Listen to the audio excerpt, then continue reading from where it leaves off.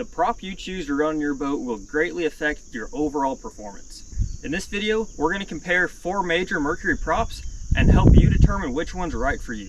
The 4 props I'm going to compare in this video are the Tempest, which is the classic bass boat prop, the Fury 3, which has gotten really popular in the last few years, the Fury 4, and the Bravo, which are both 4-blade props, which have also gotten really popular lately, especially on certain boats. It seems like those 4-blade props really work well with some of those 4-stroke engines. And a number of attributes will be compared on these 4 props, including hull shot, handling, top speed, fuel economy, and how likely the prop is to throw a blade where it basically just throws one of the ears off and the prop is shot. So we're going to start out talking about hull shot. So of course, for hull shot, the 4-blade props are going to be the best. Right, that Fury 4 and the Bravo are going to have the fastest hull shot, and that's going to be followed by the Fury 3. The Fury 3, it's a 3-blade, but it does pretty good on hull shot, not quite as fast as those 4 blades. And of course, each boat's different. You can adjust, all these Mercury props have the PVS holes on the side, so you can kind of tune that to your boat and your motor setup. But in general, the 4 blades are going to be the best, followed by that Fury 3, and then the Tempest, it's going to be the slowest typically. Now, the fastest hull shot boat I've ever been in did have a Tempest on it, and it had all the vent plugs wide open, and that thing just absolutely hopped right up on pad. But that was a really light boat, so that's not necessarily typical, but you can get really good hull shot with a Tempest still. So now let's talk about the on-the-water testing we're going to do on these props. So all of the testing I did, I simulated a full tournament load, so I didn't have a passenger with me, but I had full live wells, a full tank of gas, and that's going to be pretty close to the weight that's going to be in the boat at takeoff on tournament morning. Also, when you're out running the boat hard, I definitely had my life jacket and kill switch hooked up. You always want to be safe. When you're running the boat hard, accidents happen really fast. The results of my testing were a little bit different than how these props would typically perform. For me, the Fury 4 was the fastest, followed by the Fury 3, then the Tempest, and the Bravo was the worst. And most of that's pretty typical, except that the Bravo was the worst. And the reason the Bravo was the worst for me was the Bravo that I ran didn't have any PVS holes or vent plugs in the side. That really helps, especially with these 2-stroke motors, get the engine RPMs up where it creates a little more power and helps you take off faster. But when I took off with that 4-blade Bravo, it just took forever to spin up, and you could definitely tell it needed those vent plugs. Whereas the other 4-blade I ran, the 4-blade Fury, had 2 vent plugs wide open, and it just absolutely spun up really fast and jumped right out of the hole. Now, vent plugs aren't always a good thing, right? If you open up your vent plugs too much on some props, your prop's just gonna sit there and spin, you'll hear it rev up really high, and you'll feel it not taking off as fast. And the Tempest for me really seems to have issues with this. Like if I just put it to the floor with my Tempest to take off, it'll start to take off and then it'll eventually start slipping. While you're here, the engine revs up. You just kind of have to control and know, once you get to know the boat, you can back off the throttle for a little bit until you get through that stage and you can go back into it. It's just something you kind of have to deal with certain props, but with some of the other props like the Fury 4, with all the vent plugs open, I can just put it to the floor and it takes off just fine. The next attribute to discuss in these props is handling. Whether you're trying to take a turn at high speed or, maybe make a turn in a river or in a creek or something, handling can be pretty important. It's also, pretty important for safety. If, something comes up, you see a floater that's just barely sticking out of the water and you got to make a turn at the last second, some of these props won't do that.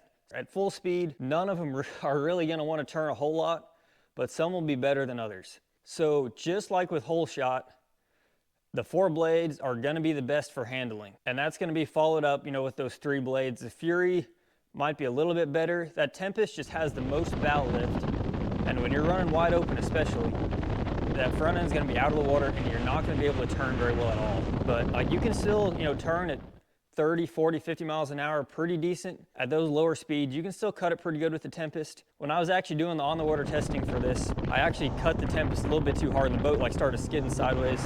Definitely not something you want to do. Kind of scared me a little bit. I've done that in some older boats. I've never done it in this boat before, and caught me by surprise a little bit. So I think to summarize that, in general, the 4-blade props are going to be the best, followed by the Fury and the Tempest. I would say the Fury and the Tempest will be pretty close together with a bit of a gap between them and the 4 blades. And for the on-the-water testing, that's pretty well what I saw. Honestly, the Fury 4 was the best, but I think a lot of that was that the Fury 4 that I ran had all the vent plugs open. It felt like I was driving a jet ski almost, because I could just hit the gas, it'd rev up, and I could cut the corners really fast, kept the nose down. overall, nothing was too surprising in my on-the-water test for handling. Then the next one is top speed. Everybody wants to know, how fast can the prop go? So this one is gonna be opposite of the last two attributes that we talked about. Typically, you want bow lift, you want to get the boat up out of the water, and that'll help you to go faster. And that's exactly the opposite of what you want for handling and hole shot. So, of course, here, the Tempest typically is going to be the fastest. Now, I'm talking for a bass boat that's loaded down. If you have a really light boat, typically the Fury 3 is going to be a little faster. The Fury 3 is pretty fast, but once you start loading your boat down, it loses speed. The Fury 3 and the Tempest could almost be a tie just because it depends on the weight. With a heavy tournament load, typically the Tempest is going to be faster, followed by the Fury 3, and then the Fury 4 is typically going to be a little faster than the Bravo, for most bass boat applications at least, but the Bravo can be fast at times too. It really depends on your boat. You have to mess with your motor height and all that, and figure out what your boat really likes, and of course which one of these attributes affects you the most. If you want that hole shot and handling, or maybe you really want that top speed for those long runs. That's something you have to decide. But in my on the water testing for top speed, with the Tempest, I was able to hit 72 miles an hour. With the Fury 3, I was able to get close to 71.5. With the Bravo, I was only able to hit 67, and with the Fury 4, I was able to hit 69.5. So that would be Tempest, Fury 3, pretty close together really. Then the Fury 4 is, maybe 2 miles an hour behind, and then the Bravo is another 2 miles an hour behind that. The next item to discuss is RPM and prop pitch. So choosing the pitch of a prop is the most important, thing to consider when buying a prop. It's really the only choice you have other than, which type of prop to buy. And it's not exactly straightforward, as in a 25 pitch Tempest won't necessarily run the exact same RPMs as a 25 pitch Fury. For this part of the comparison, I'm going to use the Tempest as the standard and compare the other props to it, just because the Tempest has been out the longest. So if you run a 25 pitch Tempest, and say you wanted to switch to a Fury, you're typically going to want to drop down one pitch when you buy a Fury. So that's true for both the Fury 3 and the Fury 4, and it's the opposite if you want to buy a Bravo. If you switch from a 25 Tempest, you're probably going to run like a 26 or a 27 to get the same RPMs. So you're going to want to go down a pitch for both the Furies and up 1 or 2 pitches for the Bravo. For me, my 25 pitch Tempest ran 5,750 RPMs. The 24 pitch Fury 4 ran 5,760 RPMs. The 24 pitch Fury 3 ran 5,830 RPMs. And the 24 pitch Bravo only ran 5,620 RPMs, which was a little surprising, right? The Bravo should be running more RPMs than the Tempest. There's a lot of factors that go into this, and it's different for every boat. So for instance, we'll talk about prop height here in a little bit. But the Bravo is typically ran higher. I had my prop height at about 2 3/8 inches below pad for all of these tests. The Bravo typically likes to run a little higher, which will, cause it to run a few more RPMs. So I'm not sure if that was the reason why, or why exactly the Bravo ran so few RPMs, but that was what I saw when I did my testing. So once you purchase a prop and you start setting up your boat, you put the prop on, you want to make sure that you get maximum performance out of the prop. And one thing you can adjust on your boat if you have a jack plate is the prop height. So basically, how high, or I guess how far below typically, the center of the prop shaft is below the bottom of the boat. So each prop will want to run a little bit different. And like I said earlier, this can affect the RPMs, right? Typically raising the prop is going to cause more slip. It's just going to blow it out above the water, and the prop is going to run higher RPMs. But, really changing your prop height can, at times, and on certain boats especially, really affect the performance that you see. And these are just some good starting places on where to start these props. You really have to experiment with your boat, adjust the jack plate, and see where it really likes to run on your boat and your setup. But typically, a Tempest Plus, you'll want to start out about 2.5 inches below pad.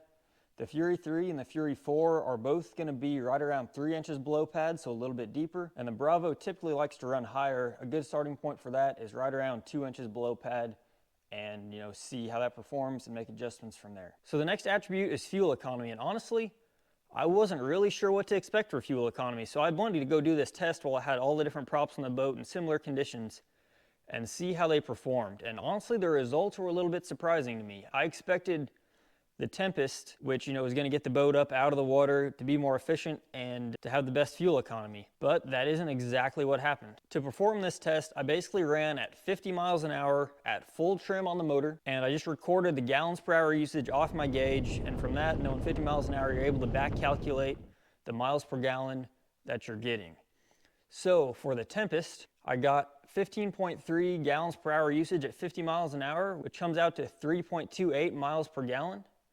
For the Fury 3, I got 15.4 gallons per hour, which comes out to 3.31 miles per gallon. Then the Bravo is 13.3 gallons per hour, which comes out to 3.83, so quite a bit higher, miles per gallon. And the Fury 4 was 13.4 gallons per hour, which comes out to about the same as the Bravo, 3.80 miles per gallon. That was interesting. I expected the 3 blades to do better, get the boat out of the water, be more efficient, but apparently at a cruising speed of like 50 miles an hour, those 4 blades are more efficient, right? At top speed, those 3 blades are going faster. You're burning the same amount of gas, basically.